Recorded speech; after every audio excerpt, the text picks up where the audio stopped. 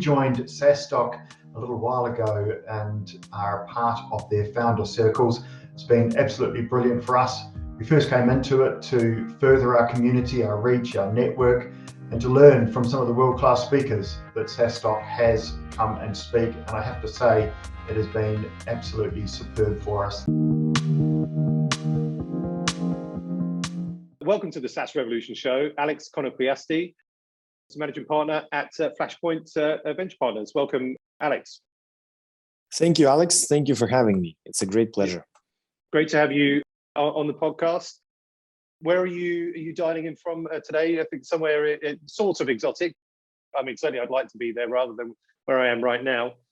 No, nothing fancy. I'm just in Italy with my kids for the short Easter break, so that's where we are. Very, very, very good. Enjoying some Italian food, I imagine, of course. And I'll be there. I'll be there soon. Like I mentioned, we're bringing 25 founders from the SaaStock founder membership over to the Amalfi Coast in May, which will be fantastic. Looking forward to that. Nice as travel is kind of coming back. The world is coming back to normal. To be able to do such things, you didn't realize how much you missed them, or maybe you do when you're doing business over Zoom. Yeah, for these 2 days years. they're still asking for QR codes everywhere, unlike Britain, where we're not wearing any masks or anything anymore. But in Italy, they're still asking for it. But when you guys are here, it's going to be over. So yeah, should be easier. Looking forward to it. So Alex, tell us a little bit about yourself. You know, as a person, who is Alex Konoplyasty? Yeah, so Alex Konoplyasty is a father of 2 kids, happy father, I should add, of 2 kids. Also, I am a founder in a way of my own company. I am a former investment banker, so I used to work for Morgan Stanley and UBS, based in London originally, and focusing on telecom, media, and technology. So I've been basically doing the sector in general throughout the whole of my professional career and never done anything else. I'm I was born in Kiev, so I'm sort of half Russian, half Ukrainian. So it's a strange combination these days, but that's who I am. Yeah, so that's, in a nutshell. Maybe to add, I studied Japanese at the university, which was quite interesting, and love various types of sports, from skiing to table tennis. I quite enjoy playing table tennis. Very, very, very cool. How is your Japanese? Would you say you're fluent? I'm not going to test you. Well, no. Well, it was 25 years ago, but when I go buying my sushi in Hampstead these days, my wife sometimes gets, this awkward moment of, wow, he's speaking some strange language. Very cool. And why did you, so you mentioned former investment banker, why did you start, Flashpoint? What's the story sort of behind that? Yes, so I've been an investment banker, and basically after the financial crisis in 2008, during a couple of years after that, it became apparent that the industry has changed tremendously. So we used to work, and I'm a workaholic by mentality. So I like working, I love my job, and I'm very serious about it, in terms of like focus. So if I'm doing something, I'm doing it properly, and I'm all into that. So, in the banking industry, they used to remunerate you properly, before the financial crisis. You work and you understand why you're doing all of this, you're suffering, but then you get a payout. And then after the financial crisis, things changed. And also, I think the markets have evolved in a way, and it became less interesting, less exciting. Plus, I was already director, responsible for part of the Eastern European, geography. And basically, I can say that, with any profession, after you spend, enough time, you get a little bit bored, right, of doing the same thing. I've done maybe 6-7 IPOs as a deal captain, and, maybe over 30 M&A transactions, which were of size. And I decided that, it's time to think of something to do entrepreneurially. And I originally was thinking more about private equity or M&A boutique, so to say, so less about venture capital. And then venture capital ended up, almost by accident, together with my university friend with whom we shared the dormitory room, Michael, he's Hungarian. We basically invested our own money into a tech startup who came for advice, initially asking, okay, guys, we're raising around here. There is some SHA under English law. We've never seen this in our life. You're bankers, you have experience. Can you have a look? And we looked at it, and it was an online price comparison in insurance in Eastern Europe. We thought, oh, it's interesting. It's actually very close to our expertise. So we said, guys, why don't we actually co-invest into this round? Maybe a small check, but still, we can be helpful. And we also helped them with the documents. And, they let us in, and that's how it all started. And then we looked around. It was like 2011, 2012. And we realized that overall in Eastern Europe, in particularly, because that's where we are from, there were very few shops who were professional. So there was maybe one guy who raised money from EIF, former developer, and that's pretty much it, right? There were no professional teams who think about investing as a business, not as a hobby. I have free time. I made my, I sold, Skype or something. So I have a lot of capital, and this is a hobby, investing in startups as a hobby. Right. So for us, it was more like a business, a profession. And we thought, oh, it's interesting. The market seems to be quite open. E-commerce was picking up those days, mobile, internet and everything. So everything was developing and growing. And we felt that there is a little bit of vacuum. And we decided, listen, why don't we just, also try to do something like that? Also, it's less capital intensive versus private equity, where you need a lot more money. So we pledged about $5 million of our own money. The money that we made in our professional career. At the time I was 30, I thought, oh, it's great to invest everything you made into your, into your profession, into your job. I was super excited at the time. I thought we're going to make 10 times this money in the next 5 years. Everything is going to be great. So that's how it all started. And our first fund was very small. It was only $20 million. And then we had our bosses, some people we worked for in terms of helping them on the deals. It was mostly friends, family, and full sort of fund. And that's how we started. Today, Flashpoint manages about $450-500 million of assets. We have 6 offices in London, Riga, Warsaw, Budapest, Cyprus, and Tel Aviv, actually. And basically, we have a team of about 30 people. And our focus is on international companies, or companies that do business mostly in the US or Western Europe. So revenue is mostly coming from there, but with founders and developer teams originating from Eastern European sort of basin. So that's what we're focusing on. Our team includes people, Latvians, Poles, we have Croatian, we have Slovaks, Ukrainians, Hungarians, Israelis. So we have a very, very international mixed team. And basically helping startups starting from relatively early stage to grow into, larger companies.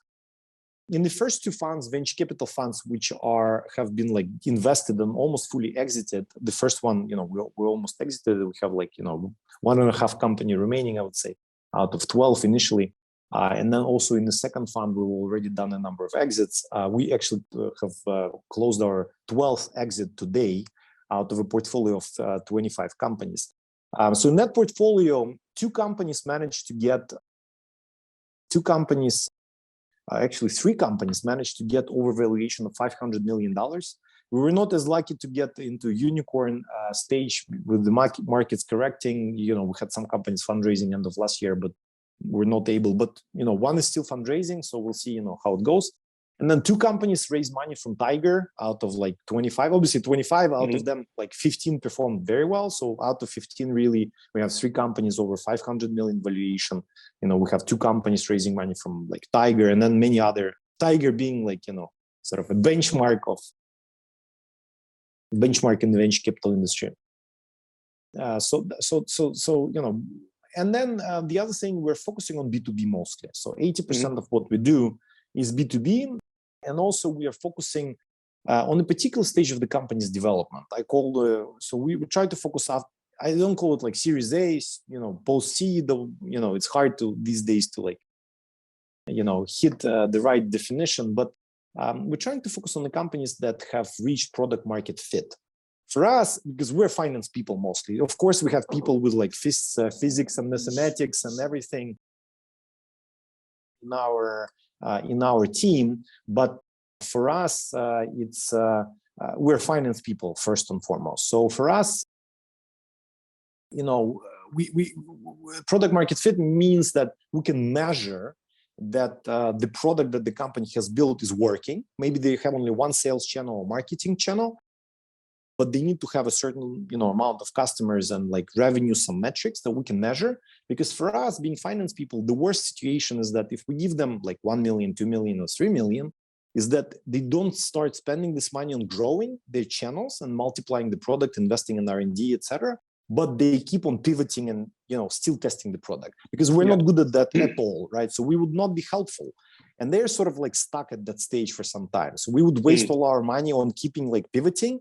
And me as an investor, I just can't add value. So we're trying to like invest at a slightly later stage, but also not too late when it's like all working and scaling, because obviously there are some other bigger funds who might be more interested in like more developed companies. So this is a particular stage that we're focusing on.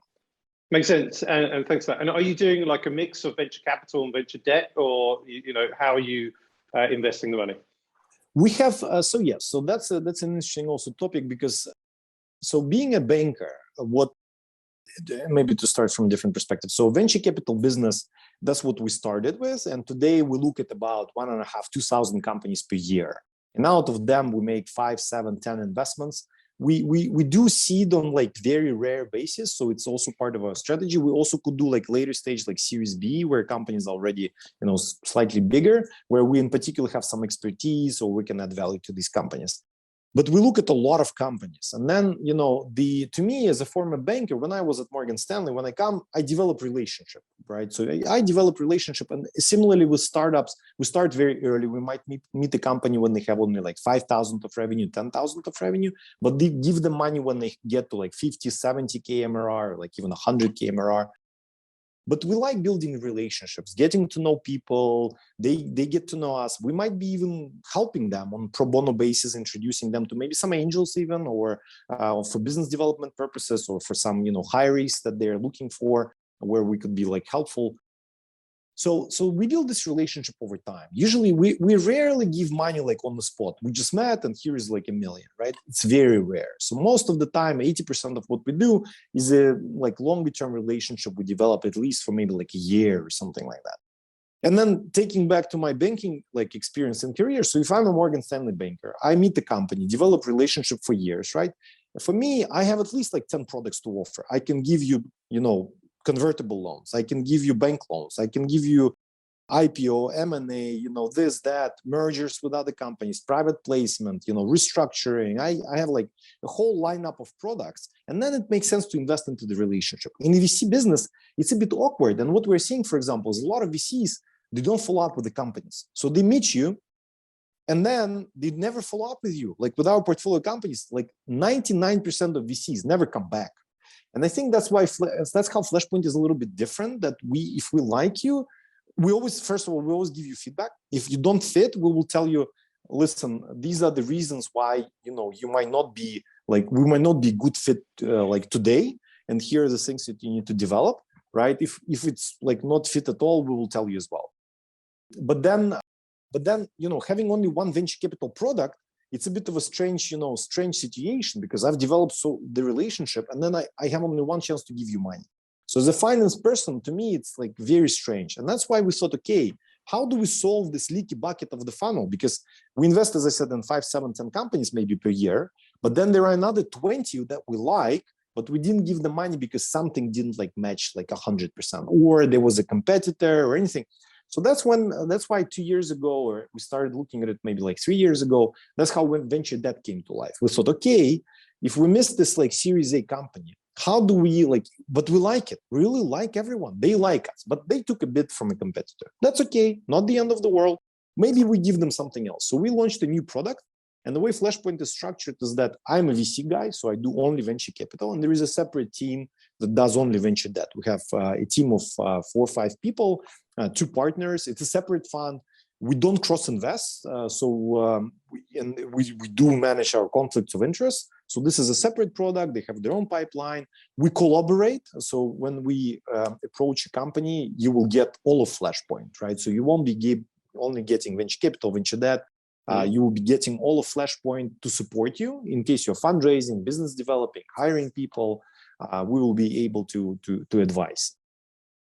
So that's how venture debt came to life. And then, the other thing which I was thinking about is that, I want to build a company in a way, right? So I don't want to build the fund, because fund, at the end of the day, if I get bored for whatever reason, when I'm like, whatever, 60, 70, I don't know, if I get bored, if I've been scaling a fund, there is no equity, right? I cannot sell a fund, right? I can only like gift the fund to the employees and then leave, for my pension.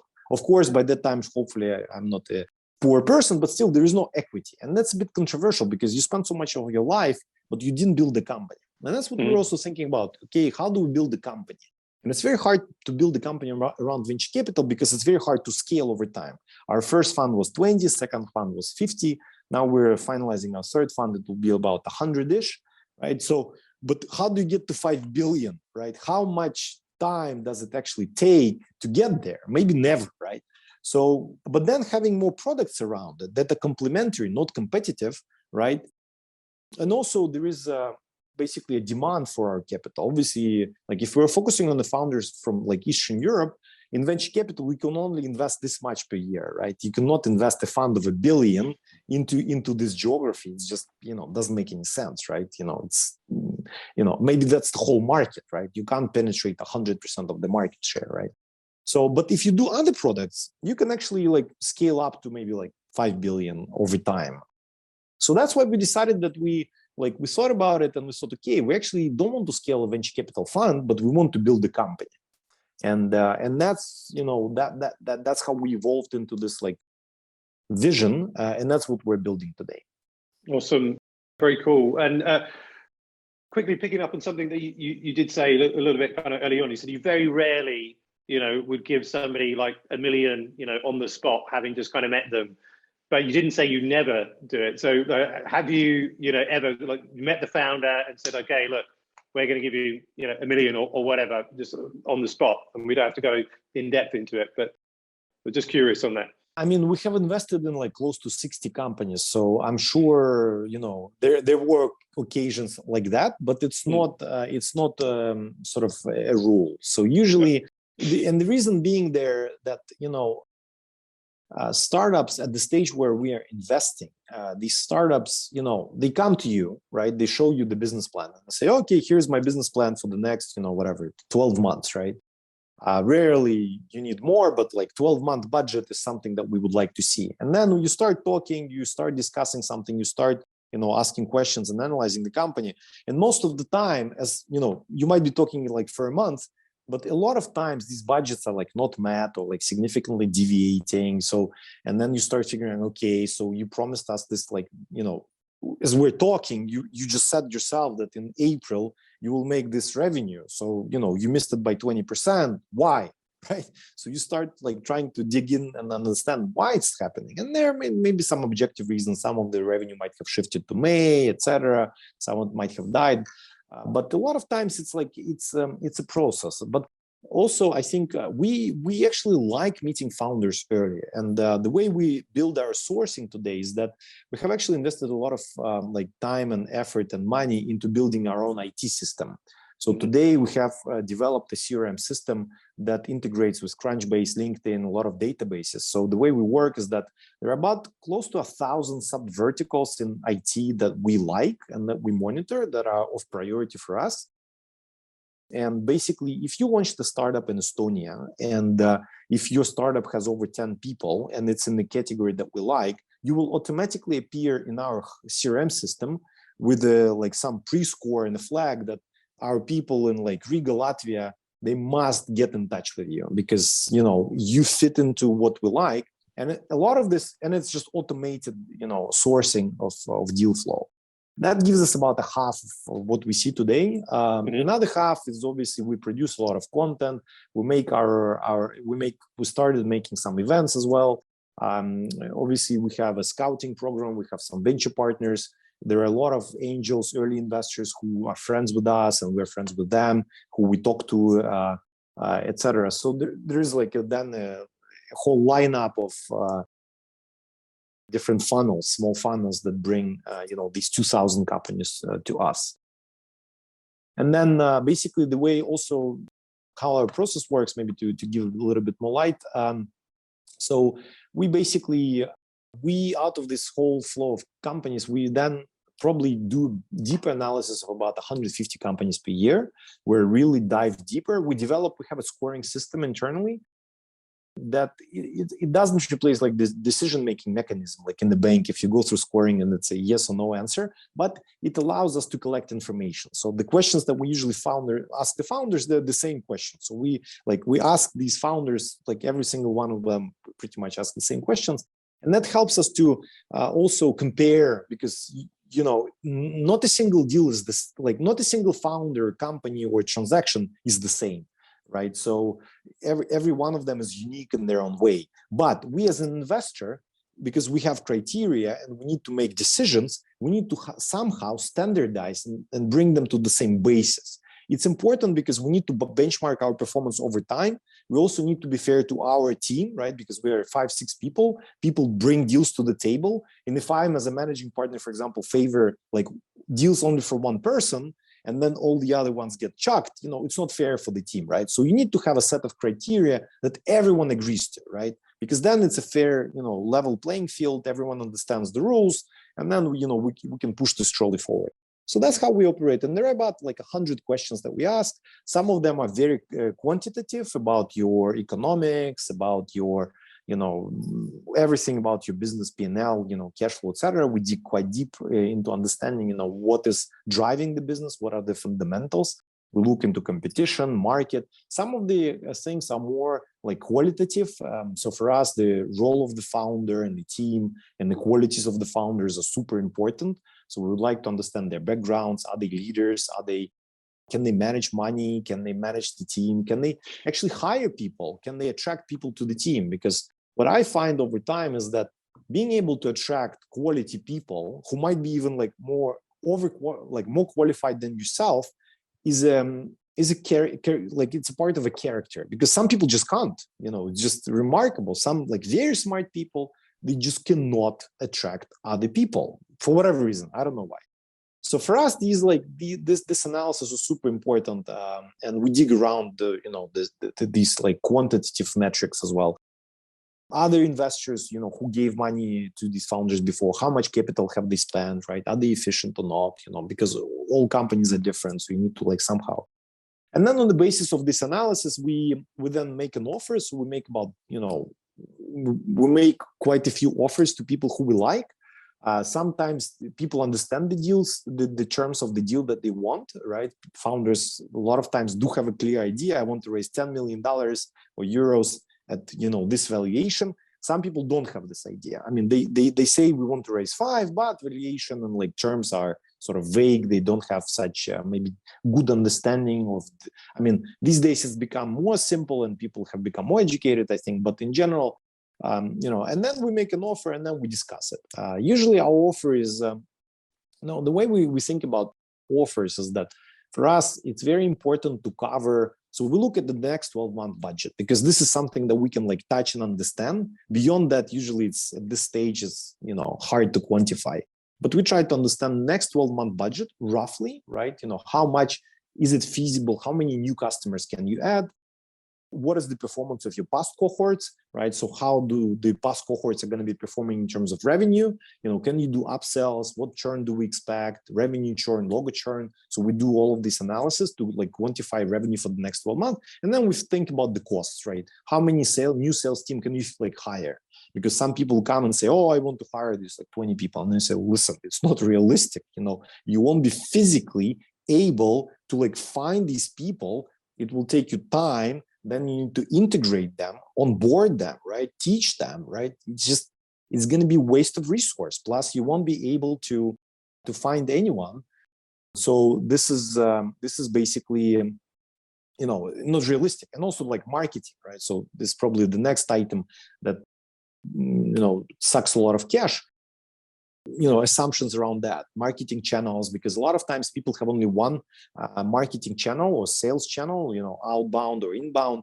And then, a lot of times they think, okay, I'll spend, X amount on marketing, but they don't have a clear plan or strategy, right? They don't actually understand, how much does it cost on YouTube or social media, or they say, oh, I'm going to be producing content, but they have never been producing any content, right? So they have like some assumptions that they don't clearly understand themselves, but they have like these basically these assumptions that need to be verified.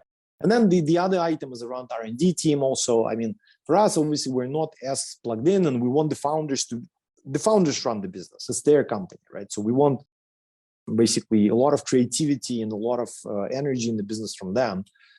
So obviously we're not restrictive. So whatever budget they give us, we can only analyze and say, okay, we believe in this, we don't believe in this. And then as a result, there is an amount of capital that is required for the company, for the next 12 months. We usually would add some cushion because you don't want to run out of money. So we would add another, 50% on top of it, 70 or 100% on top of it. And that would be the amount of capital that we think would be required for the company, all right? Because sometimes people come to us and say, oh, I want to raise 10 million. And then you look at their budget, they only need one. And you're like, why do you need 10 million? It's very unclear to us. But a lot of times founders, they think about the fundraising process that I want like a big round number because I really want it. And then in their mind, it has a direct link to the valuation because they say, okay, I'm prepared to get diluted by 15-20% maximum. And then, they're dividing one by the other and get to the valuation, the desired valuation, right? But in my mind, I think valuation is sort of less important. I think what is important is dilution, because if you're not selling today, why is the valuation important, right? You're not selling anything. So you're trying to get money into the company. But what you as a founder should be worried about is the dilution. But another part of it is, and we've had it like all the companies, is that a lot of founders don't realize that, but it's life is that pretty much at every single round you will get ESOP, and you as a founder could also be getting ESOP. So in a way, founders do get anti-dilution protection, and I think a lot of founders don't realize that, and there is like little education in the market about it, and that's why some of them are like overly greedy, trying to maximize valuation, not thinking that they will get anti-dilution protection over time, because they say, oh, I have only 25% stake left. By the time I will be worth $1 billion, I will have like 5% left. So it's not interesting for me. But they don't realize there is this, extra ESOP will be coming pretty much at every single round, because we investors want founders to be motivated. You can't go below like 15%, right? I mean, for us, it's impossible. We want the founder to be like motivated, have a large stake. So we will strip you more equity, just, keep going. You're doing great, more motivation. We want you to be excited. So that's how we sort of work around, and then we put an offer, and then if there is a deal, we would do a deal. We do talking a little bit about also diligence. So we do due diligence. I mean, there are some investors, there are like legends going around Tiger, and we raise money twice from Tiger, so we know all about those legends. But we do due diligence. We try to be not overly necessarily aggressive. I think for us, the more important things are the business. So the business plan, the fact that there are no like management conflicts or no litigation.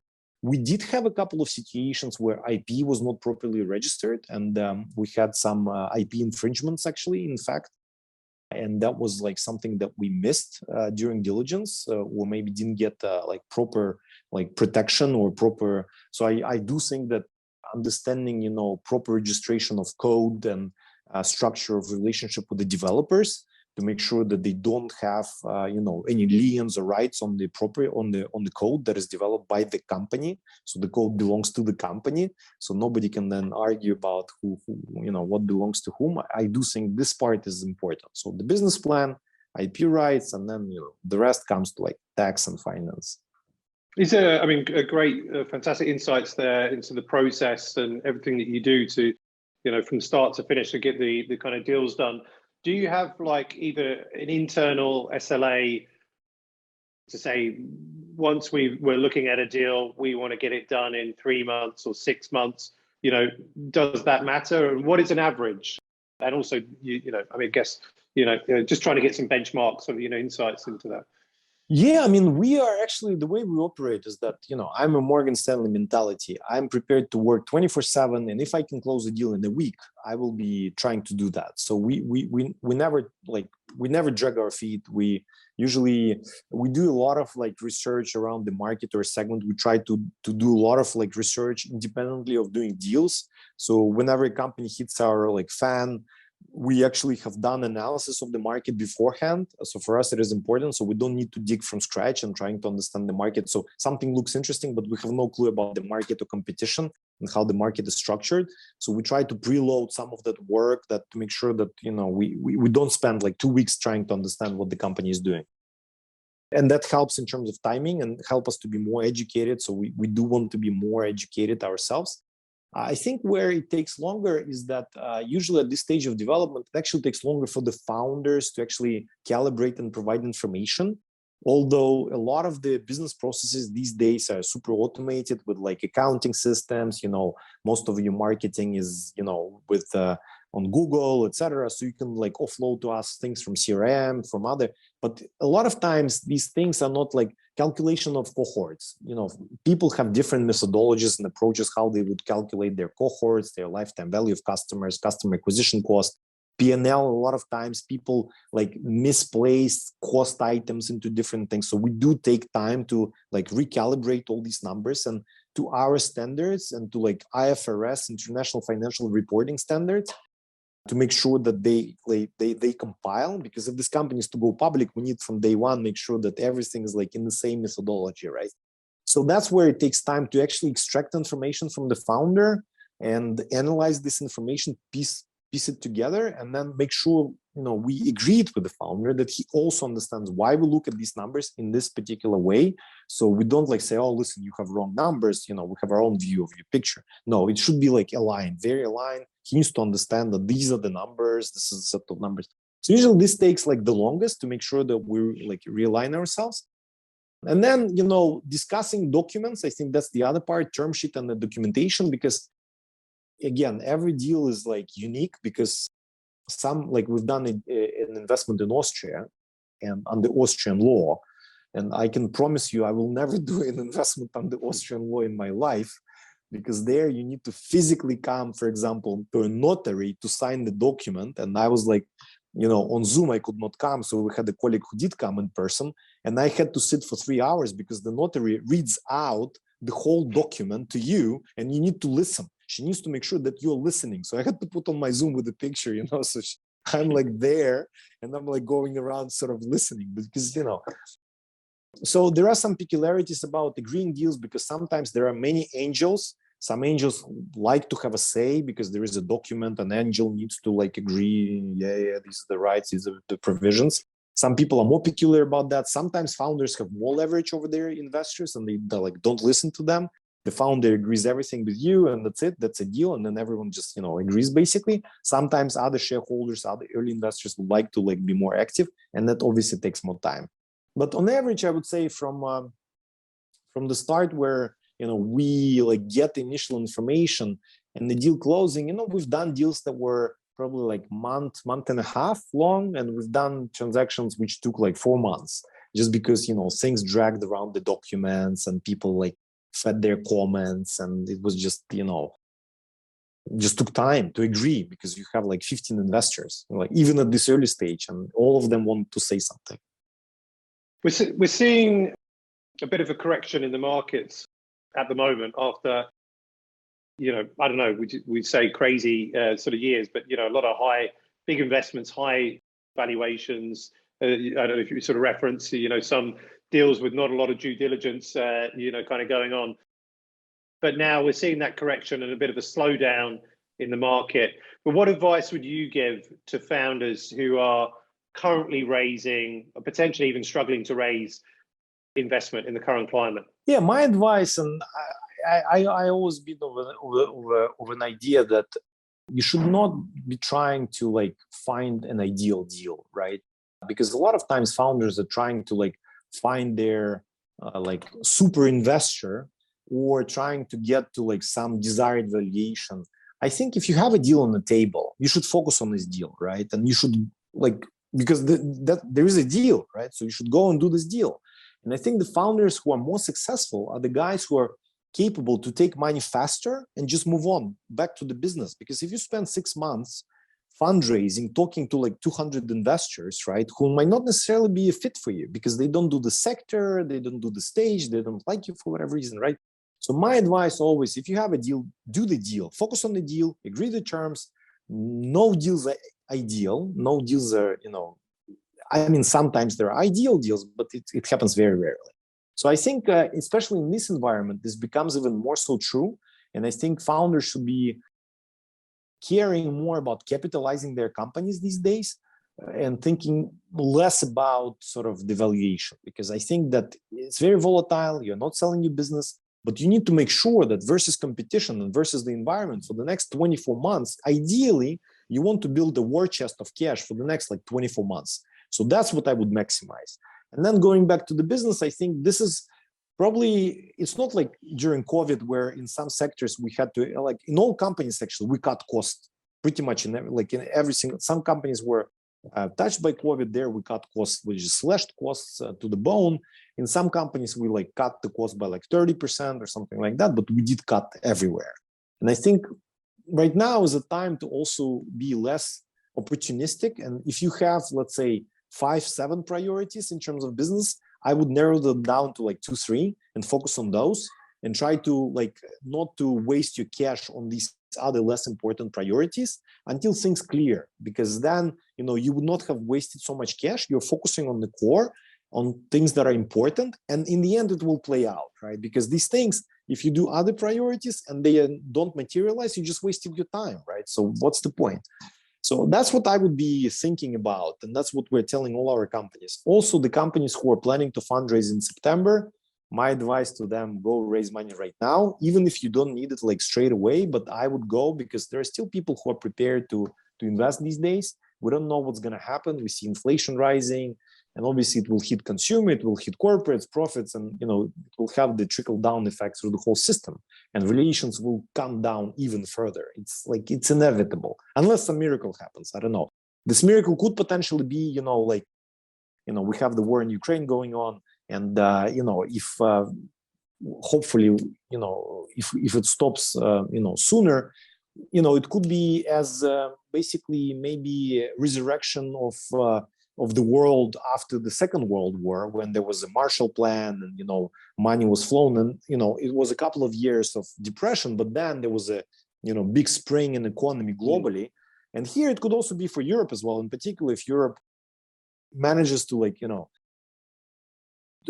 help Ukrainians recover, rebuild infrastructure and everything. It's a lot of money, right? $500 billion will need to be invested in Ukraine to take it back from the ashes. So it's it's similar to like what happened in like COVID or in like even 2008, where a lot of cash was poured into quantitative easing.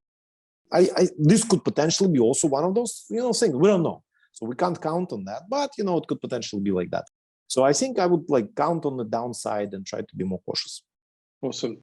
Well, we've come to the end of the podcast, Alex. But where can people find you and Flashpoint online?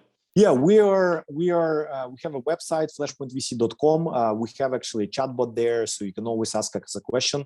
You can submit your business plan online to us via our website.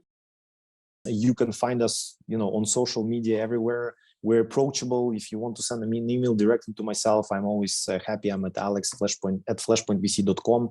Always open, always, happy to help, happy to listen to your story. So we're very, very eager and excited about, startups and building companies. That's what sort of makes us wake up every morning. Awesome. Yeah. Good stuff. Well, it's been fascinating speaking with you, listening to you, and the whole kind of process and breaking that down for us and for the listeners. So thank you so much, Alex. Thank you, Alex. Great to have you on the show, and look forward to seeing you in Dublin at SaaStock later this year. Absolutely, Alex. Thank you so much. Have a good day. Thank you. Cheers. Thank you. Bye-bye.